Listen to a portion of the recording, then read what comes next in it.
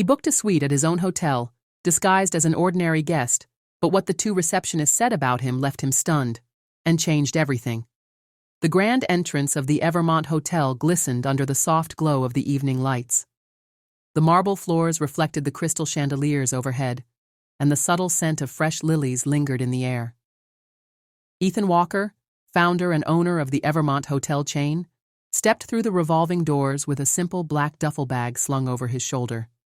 His usual tailored suits were replaced with worn jeans, a faded hoodie, and a baseball cap pulled low over his face.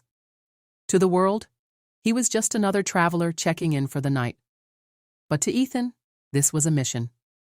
For months, Ethan had received anonymous complaints about the service at his flagship hotel in Los Angeles, the jewel of his empire. But every time he confronted management, they brushed it off with excuses, isolated incidents, difficult customers, misunderstandings. Something didn't add up, so Ethan decided to find out for himself. He walked up to the front desk, where two receptionists were engaged in a quiet conversation, barely glancing at him as he approached. "Hi," Ethan said casually, keeping his voice neutral. "I have a reservation under Mark Taylor." One of the receptionists, a young woman named Jenna with perfectly styled hair and a sharp smile, looked up briefly, her eyes skimming over his appearance. Without a word, she turned to her computer and began typing. The other receptionist, Liam, leaned toward her, thinking Ethan couldn't hear. "Another one of those budget travelers splurging on a suite," he muttered under his breath. "Bet he's trying to impress someone." Jenna chuckled softly, her voice dripping with sarcasm. "Yeah, probably used his entire savings for one night here. Hope he enjoys the minibar. It's the closest he'll get to luxury." Ethan's heart skipped a beat. They had no idea they were mocking the very man who owned the hotel they worked in. Jenna finally slid the keycard across the counter without making eye contact. "You're in the penthouse suite," she said flatly. "Top floor. Enjoy your stay." Ethan took the key, nodded politely, and turned toward the elevators. But as he walked away, he heard Liam whisper one last time. If the owner saw the kind of people staying here now, he'd probably lose it. Ethan's jaw tightened. Little did they know the owner was here, and what he was about to uncover would leave them both speechless. The penthouse suite was everything Ethan remembered designing. Floor-to-ceiling windows offering a stunning view of the Los Angeles skyline, sleek modern furniture, and a private balcony overlooking the city lights.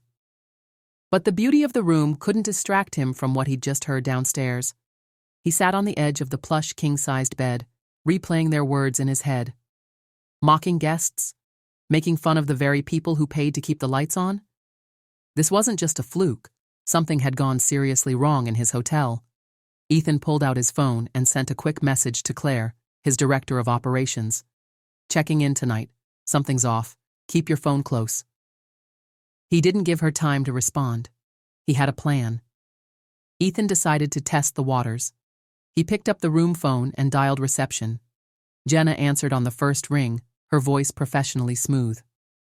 "Front desk, how may I assist you?"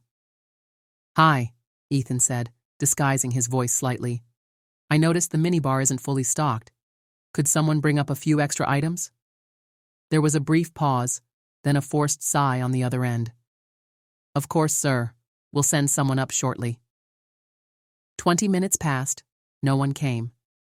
Ethan waited another 10, then called again. This time, Liam answered. "Sorry, sir," Liam said, his tone dripping with disinterest. "We're a bit busy at the moment. Maybe check again in an hour?" Ethan thanked him politely and hung up, his suspicion deepening. He wasn't just dealing with a couple of rude comments. This was an entire attitude problem, a culture of disrespect and laziness that had crept into his most prized hotel. But he needed more proof. Grabbing his hoodie, Ethan left his suite and took the service elevator down to the lobby, staying out of sight as he approached the front desk from behind a pillar. What he heard next made his blood run cold. "That guy from the penthouse called again," Liam laughed. "Wants more snacks. Can you believe that? Dude spends all his money on a suite and still thinks he can get special treatment." Jenna snorted. "Let him wait. If he wanted service, he should have gone to a cheaper hotel. We don't have time to babysit every wannabe millionaire."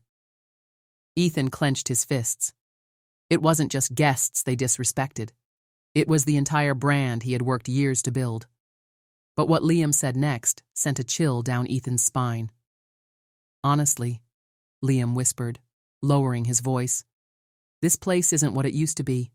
The owner, total joke. If he spent less time on vacation and more time running this hotel, maybe we'd care. Ethan stepped back into the shadows, his heart pounding. They didn't just mock the guests, they mocked him. And tomorrow, they would learn exactly who had been listening. The next morning, Ethan woke early. The sun was just beginning to rise over the skyline, but his mind was already racing. He pulled out his phone and called Claire, who answered on the first ring. "Ethan, what's going on?" she asked, her voice filled with concern. "Meet me in the lobby in 1 hour," Ethan said, his tone sharp. "And bring security. We've got a problem." By the time Ethan descended to the lobby, Claire was waiting near the entrance, her eyes scanning the room anxiously. Ethan approached her quietly, filling her in on everything he had witnessed the night before. Claire's face darkened. "They mocked the guests. And you?" "This is unacceptable." "It's more than unacceptable," Ethan replied. "It's a complete failure in leadership, and today, we fix it." They moved toward the front desk, where Jenna and Liam were once again standing behind the counter, laughing about something on Liam's phone. Ethan approached, this time with his cap off and his face fully visible. Liam looked up first, his expression shifting from mild annoyance to confusion. Then recognition hit.